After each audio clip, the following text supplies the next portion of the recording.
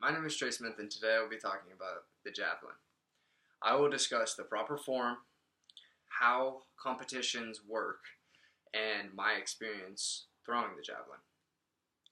The first topic being the proper form. A lot of people believe that javelin is a lot of strength, but it's really not. It's probably 80 to 90% technique and only 10 to 20% strength.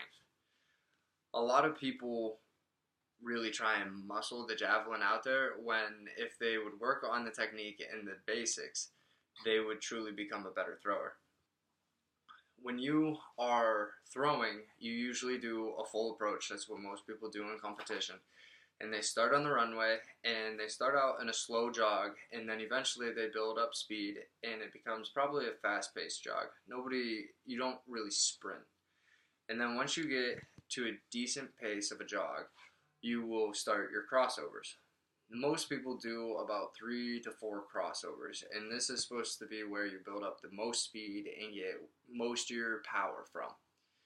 On your last crossover, you kind of do a little bit of a hop into it, and you will try and hit a what they call a block, and that is where you lock out your front foot and you hit heel first, and you try and keep that leg as straight as possible. And then your back foot should stay on the ground as long as possible before you start your follow through. This is very similar to a baseball swing. You want to squash the bug, as you might have heard. Another thing is with crossovers, it's kind of like the karaoke, except for you don't step behind, you continuously step over front of your leg. Some different things that people can do, and this is really based off of comfortability, is you can hold the javelin differently. There's 3 common ways to hold the javelin. You can hold it like a football, where you hold the javelin on the palm of your hand between your index finger and your thumb. And when you release that one, it kind of has like a spiral to it.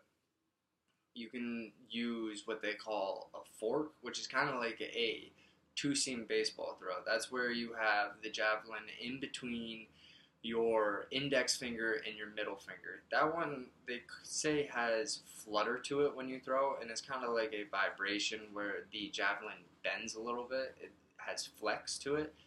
And then the other one is a modified version of the football-like throw. It's where you would hold the javelin between your middle finger and your thumb, and you would have it resting along your index finger and running down your palm. Now, how a competition works is usually you have a bunch of teams, high school or universities, and you can actually compete as an unattached, which is just you aren't competing for anybody but yourself. And on average, there's usually about 30 people in the competition for javelin, and they'll break them up into what they call flights. And usually, like if there's 30 people, there'll be 3 flights of 10, and everybody gets 3 throws, a minimum, and then they will pick the furthest 9 throwers, and they will go on to finals, and they'll throw an additional 3 throws. So you're guaranteed 3, but if you're good enough, you could get a maximum of 6. Now, my experience of throwing the jab here at Edinboro has been amazing.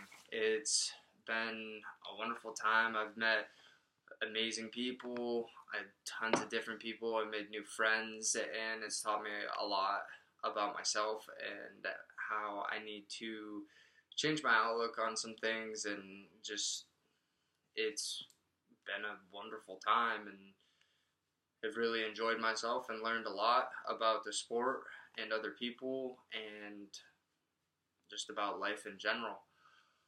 So throwing the javelin in track has a lot to do with proper technique, as I said, and form, but it also has to deal a lot with the mental aspect, and you have to have passion. It's just like anything else. You have to work hard to get good results.